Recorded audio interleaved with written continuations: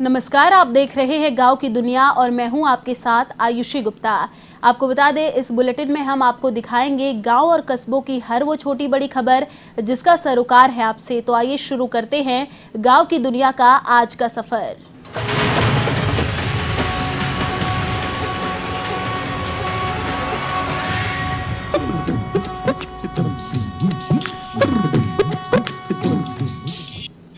SGPGI के दीक्षांत समारोह में मुख्य अतिथि के रूप में शामिल हुए राष्ट्रपति रामनाथ कोविंद। चलिए आपको दिखाते हैं सीधे लाइव तस्वीरें।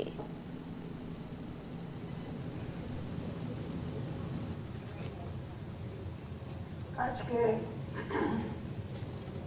दीक्षांत समारोह के मुख्य अतिथि एवं देश के माननीय राष्ट्रपति श्री रामनाथ कोविंद जी, देश की प्रथम महिला श्रीमती सविता कोविंद जी, माननीय चिकित्सा शिक्षा वित्त एवं संसदीय कार्य मंत्री श्री सुरेश कुमार सिन्हा जी, माननीय वित्त चिकित्सा शिक्षा एवं प्राविधिक शिक्षा राज्य मंत्री श्री संदीप सिंह जी, उत्तर प्रदेश शासन के मुख्य सचिव एवं संजय गांधी आयुर्विज्ञान संस्थान के अध्यक्ष राजेंद्र कुमार तिवारी जी, संजय गांधी स्नातकोत्तर आयुर्विज्ञान संस्थान के निदेशक डॉक्टर आर.के. सुमन जी, उपस्थित चिकित्सा विशेषज्ञ एवं चिकित्सकगण, उपाधि प्राप्त छात्र छात्राओं, आमंत्रित महानुभाव, देवियों और सज्जनों, संजय गांधी स्नातकोत्तर आयुर्विज्ञान संस्थान लखनऊ की इस 26वें दीक्षांत समारोह में मुख्य अतिथि के रूप में उपस्थित देश के माननीय राष्ट्रपति श्री रामनाथ कोविंद जी एवं देश की प्रथम महिला श्रीमती सविता कोविंद जी का मैं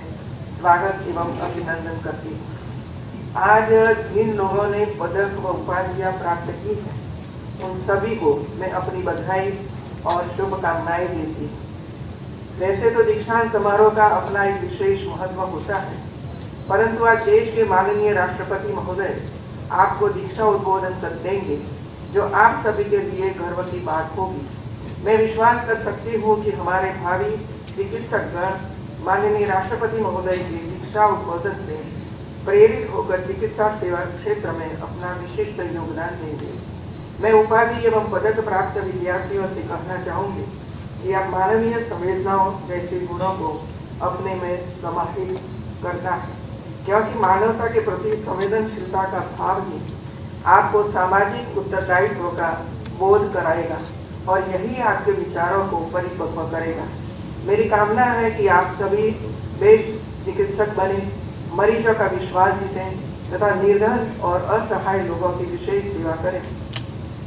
वैश्विक महामारी कोरोना में हमारे चिकित्सकों, नर्सों, पैरामेडिकल स्टाफ तथा वैक्सीन बनाने में लगे वैज्ञानिकों ने जन सेवा में अपना बहुमूल्य योगदान दिया है। आप सभी के सहयोग से ही हमारे देश में अन्य विकसित देशों की तुलना में इस महामारी से संक्रमितों की संख्या और मृत्यु दर कम रही है। अभी भी विश्व से इस महामारी का संकट टला नहीं है। केंद्रीय गृह मंत्रालय के तहत national institute of disaster management लगातार वन एवं पर्यावरण मंत्री और जैसलमेर जिला प्रभारी सुखराम विश्नोई एक दिवसीय दौरे पर पोखरण पहुंचे, जहां उन्होंने राजकीय उप जिला अस्पताल का औचक निरीक्षण कर व्यवस्थाओं का जायजा लिया। इस दौरान मंत्री विश्नोई ने चिकित्सा प्रभारी से स्वास्थ्य सेवाओं की जानकारी ली। साथ ही मंत्री ने अस्पताल में भर्ती मरीजों से भी बातचीत की। इस मौके पर उन्होंने अस्पताल परिसर को साफ सुथरा रखने के निर्देश दिए।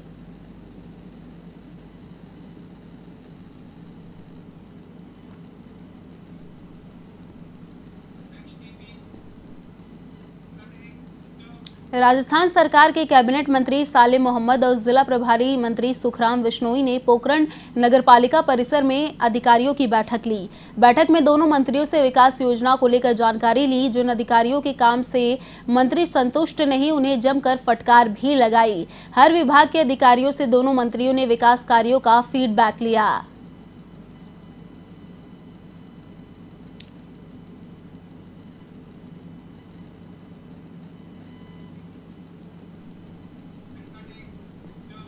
श्रीगंगानगर की राय सिंह नगर नगरपालिका के अध्यक्ष मनीष मोहन कौशल और अधिशासी अधिकारी लाजपत बिश्नोई ने शहर को एक और बड़ी सौगात दी है। शहर से करीब 3 किलोमीटर दूर तक 32 एनपी में क्षेत्र के इतिहास में पहली बार लोगों को कचरे से निजात मिलेगी। साथ ही आपको बता दें कि पालिका विभाग ने 12.5 बीघा भूमि पर कचरा निस्तारण करने का प्लांट लगाया है।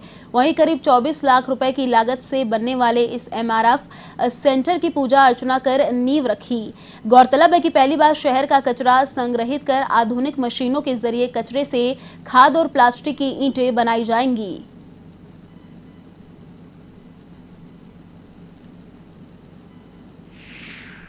यहाँ पर आज 32 एनपी में हमारा जो कचरे प्लांट की जो जगह है, आज उसके ऊपर हमने कचरा प्लांट बनाया जा रहा है। तो एमआरएफ सेंटर का शिलान्यास किया गया और ये तैयार होने के बाद में यहाँ पर बेलिंग मशीनें और इसको कचरे को पृथक्कीकरण करने की मशीनें लगाई जाएगी।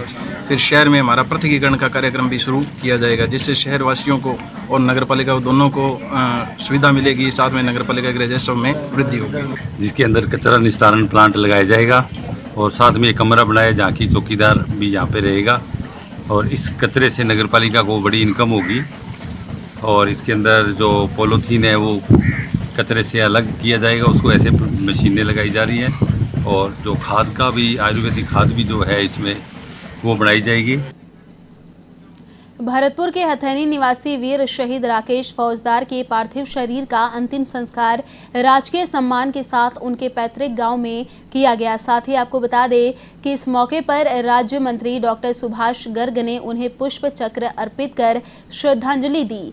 आपको बता दें कि हथैनी निवासी राकेश फौजदार सेना की 3 राजपूताना राइफल्स में हवलदार थे, जिनकी पुलवामा में पहाड़ियों पर पेट्रोलिंग के दौरान अचानक सांस लेने से तकलीफ होने के चलते मौत हो गई। इधर राकेश फौजदार की अंतिम विदाई के समय पूरा गांव देशभक्ति नारों से गूंज उठा।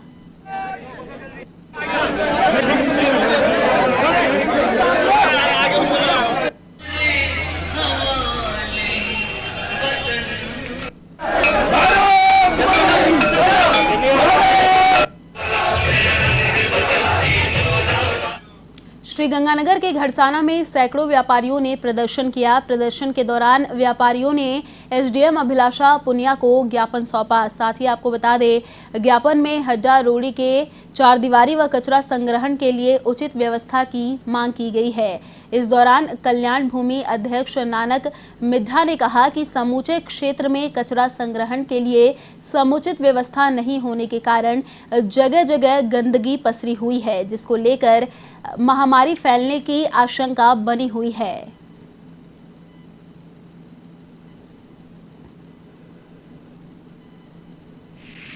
78 में नई मंडी घड़साना बसाई गई। प्रशासन द्वारा हड्डा रोड़ी का 1 बीघा अलॉट नहीं किया गया, तो आए दिन समस्या आती थी। 2012 में जब सरकार आपके द्वार बीकानेर पहुंची तो ग्राम पंचायत 84 द्वारा 1 बीघा हड्डा रोड़ी के लिए अलॉटमेंट कराया गया। उसकी आज तक सरपंच द्वारा 4 दीवारी नहीं की गई है। आए दिन गौशाला में और मंडी में दूर दराज में मर्द पशु होते हैं तो उनकी गिरने की जगह नहीं है। तो हमारे ये निवेदन है कि सरपंच ग्राम पंचायत 84 को आदेश फरमावे कि उस हड्डा रोड़ी जो जगह अलॉटमेंट है ग्राम पंचायत के नाम इंतकाल चढ़ा हुआ है और उसकी 4 दीवारी की जाए। दूसरा, कचरा संग्रह के लिए एक भी जगह नहीं है। वाल्मीकि समाज ने 10 दिन हो गए कचरा उठाने के लिए इनकार कर दिया है। झालावाड़ के गंगाधार में चारागाह भूमि पर हो रहे अतिक्रमण को लेकर डोबड़ा ग्राम पंचायत के ग्रामीणों ने एसडीएम को ज्ञापन सौंपा और अतिक्रमियों से भूमि मुक्त कराने को लेकर गुहार लगाई। ज्ञापन में यह भी बताया गया कि डोबड़ा पटवार हलके में सैकड़ों बीघा चारागाह भूमि पर प्रभावशाली लोगों द्वारा कब्जे कर फसल बुआई की जा चुकी है, जिससे ग्रामीणों को उनके पशुओं को चराने के लिए जगह नहीं बची है। वहीं आए दिन विवाद उत्पन्न होता है, जिससे ग्रामीणों को परेशानी का सामना करना पड़ रहा है।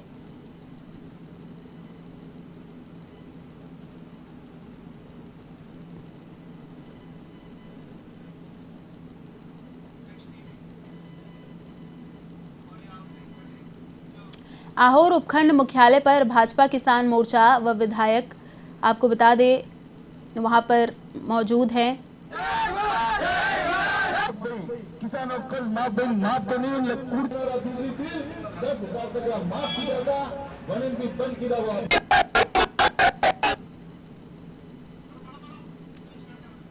आपको बता दें कि भाजपा किसान मोर्चा व विधायक छगन सिंह राजपुरोहित के नेतृत्व में सैकड़ों किसानों ने अनावृष्टि को लेकर धरना प्रदर्शन किया और अपनी मांगों को लेकर मुख्यमंत्री के नाम एसडीएम को ज्ञापन सौंपा और उचित मुआवजा दिलाने की मांग की।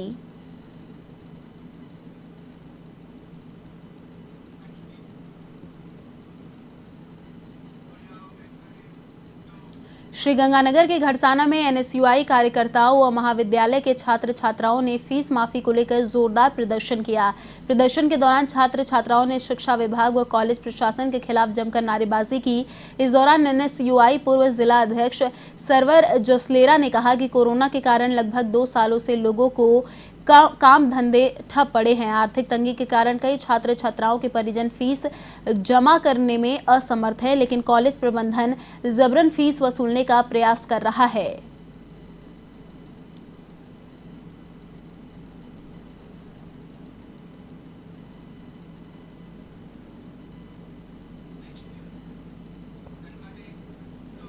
खानपुर कस्बे सहित दर्जनों गांवों में लगातार दूषित पानी की सप्लाई को देखते हुए खानपुर बकानी विधायक नरेंद्र नागर ने भाजपा कार्यकर्ताओं के साथ जन स्वास्थ्य अभियांत्रिक कार्यालय का घेराव किया और मटकी फोड़ प्रदर्शन कर कनिष्ठ अभियंता को ज्ञापन दिया।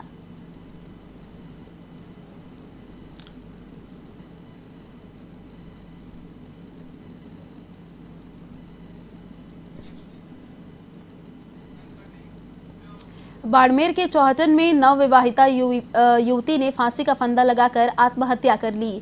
सूचना मिलते ही पुलिस मौके पर पहुंची और जांच पड़ताल शुरू कर दी। साथ ही आपको बता दें कि युवती की 2.5 माह पहले ही शादी हुई थी। फिलहाल आत्महत्या के कारणों का खुलासा नहीं हुआ है। पुलिस मामले की जांच में जुट गई है।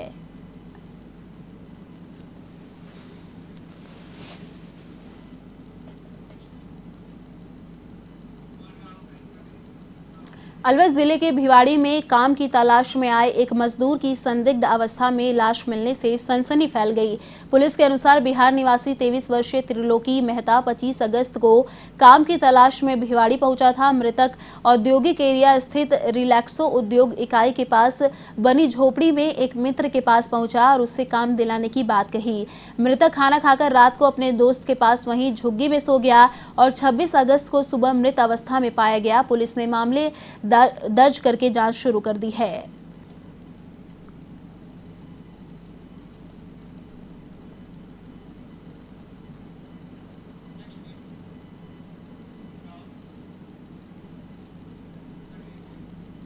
सिरोही जिले के आबू रोड सदर थाना क्षेत्र के तलहटी में दर्दनाक सड़क हादसा हो गया। ट्रक ने बाइक सवार को कुचल दिया। हादसे में बाइक सवार की मौत हो गई, वहीं अन्य 2 लोग घायल भी हो गए। हादसे की जानकारी मिलते ही सदर थाना पुलिस और 108 एम्बुलेंस मौके पर पहुंचे और घायलों को अस्पताल पहुंचाया गया। वहीं सदर थाना पुलिस ने मामला दर्ज कर जांच शुरू कर दी है। पूरा हादसा सीसीटीवी में भी कैद हो गया है।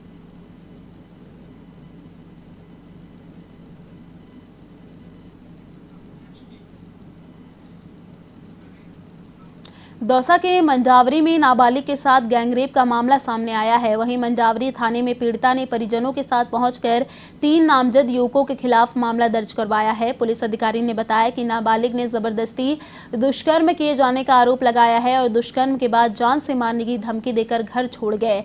फिलहाल पुलिस ने मामला दर्ज कर जांच शुरू कर दी है।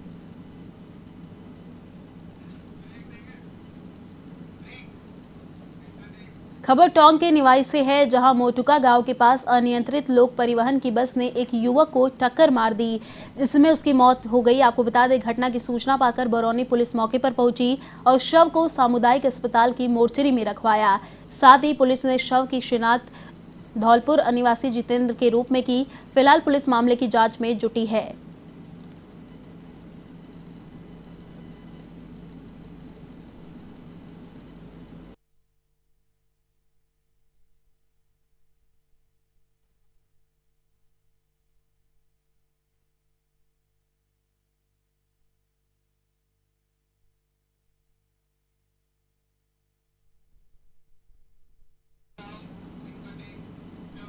खबर श्रीगंगानगर से है, जहां कोयला खत्म होने के कारण प्रदेश की सबसे बड़ी सूरतगढ़ तापीय परियोजना की 1500 मेगावाट की इकाइयों से बिजली उत्पादन ठप हो गया है। कोयले की कमी के कारण सूरतगढ़ थर्मल सहित प्रदेश के विभिन्न तापीय परियोजनाओं से कुल 3360 मेगावाट विद्युत उत्पादन ठप हो गया है। ऐसे में प्रदेशवासियों को आगामी दिनों में विद्युत कटौती की मार झेलनी पड़ेगी। बिजली कटौती से उद्योग धंधे भी प्रभावित होने के आसार हैं। इस बीच राज्य सरकार के पास खुले बाजार से महंगी दरों पर बिजली खरीदने का ही विकल्प बचा है।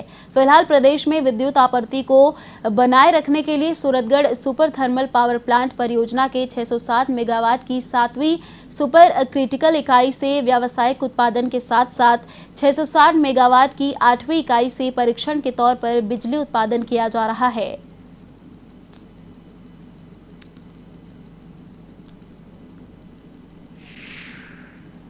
उत्पादन के क्षेत्र में कीर्तिमान स्थापित कर चुका है, जिसमें बढ़िया उत्पादन के लिए कई बार गोल्ड मेडल हासिल किए हैं। लेकिन बड़ा दुख है कि वर्तमान में यह पावर प्लांट कोयले की कमी के कारण पूर्णतया बंद है। इंटेक संगठन राज्य सरकार से मांग करता है कि अति शीघ्र इस पावर प्लांट को कोयला उपलब्ध करवाएं, ताकि यह सस्ती और सुलभ विद्युत की आपूर्ति राजस्थान में कर सके और आम जनता को लाइट की किल्लत नहीं होए। पश्चिमी राजस्थान के महाकुंभ कहे जाने वाले बाबा रामदेव रामसा पीर मेले को स्थगित कर दिया गया है। 10 दिन के लिए मंदिर के पट बंद करने का निर्णय लिया है और इसी को देखते हुए जोधपुर के बाबा रामदेव मंदिर को भी 7 सितंबर से 17 सितंबर तक बंद रखने का निर्णय लिया गया है। आपको बता दें कि कोरोना की वजह से तीसरी बार मेला स्थगित किया गया है। दरअसल हर साल भादवे में बाबा रामदेव मंदिर में लाखों की संख्या में श्रद्धालु दर्शन करने के लिए आते हैं। सबसे ज्यादा भीड़ भादवे की दूज और दशम पर होती है। राजस्थान के अलावा महाराष्ट्र, गुजरात और मध्य प्रदेश से भी बड़ी संख्या में श्रद्धालु दर्शन के लिए यहां पहुंचते हैं। ऐसे में इन राज्यों से आने वाले श्रद्धालु को रोकने के लिए भी प्रशासन की ओर से इन राज्यों के स्थानीय प्रशासनिक अधिकारियों को सूचना भेजी जा रही है।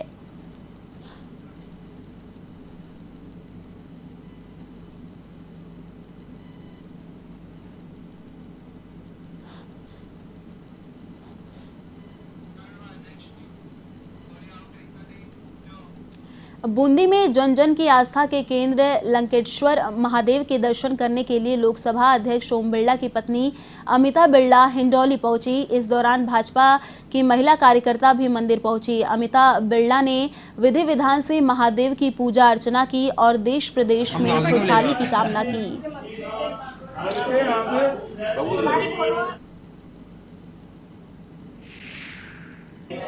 जो पता लगा भगवान का कई लोगों से कई समय से भगवान की बहुत प्रसिद्धि है, भगवान की महिमा का सुना था।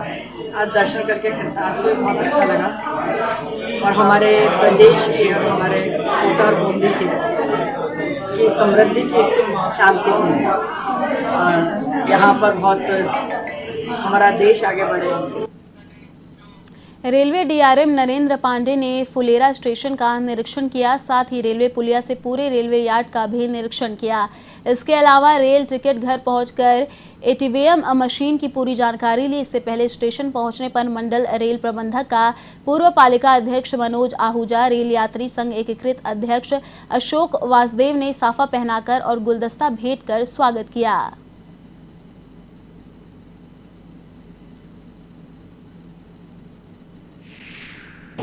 नए डीआरएम महोदय ने अभी कुछ समय पहले ज्वाइन किया है और उनके सामने हमने उनका पहले तो स्वागत किया फुलेरा की तरफ से, दैनिक रेल यात्री संघ एकीकृत के द्वारा। उसके अलावा हम लोगों ने जैसे रेलवे की नवीन पुलिया फुट ओवर ब्रिज बन रहा है, उस फुट ओवर ब्रिज को जो है रेल विश्राम गृह तक संपार करने के लिए उनसे निवेदन किया और उन्होंने हमें जानकारी दी कि ये जो हम लोग पहले जीएम साहब को जो प्रतिवेदन दे के आए हैं उसमें ये विषय शामिल था और इस विषय पर त्वरित कार्रवाई हो रही है और ये पुल जो है उस तरफ पुलिया रेल के उस तरफ जरूर उतरेगा। रैम्प भी मैं देख रहा हूँ यहाँ बना हुआ है और देखता हूँ और कोई कमी होगी मेरे अफसर भी बताएंगे, मैं भी देखूंगा और उस पर हम लोग कार्रवाई करेंगे। मुख्य उद्देश्य यही है कि मुझे पैसेंजर फैसिलिटीज़ और ऑपरेशनल फ्लेक्सिबिलिटी देखना है यहाँ पे। मकराना में मार्बल खनन क्षेत्र की एक खदान में खनन कार्य करते समय एक श्रमिक की मौत हो गई। जानकारी के अनुसार कुमारी रेंज की खान संख्या 1J में मनाना निवासी श्रमण राम कार्य करने के लिए आया था। इस दौरान वह 30 से 40 फीट ऊपर से खदान में गिर गया, जिससे उसकी मौत हो गई। पुलिस ने शव का पोस्टमार्टम करवाकर परिजनों को शव सौंप दिया और मामला दर्ज कर जांच शुरू कर दी।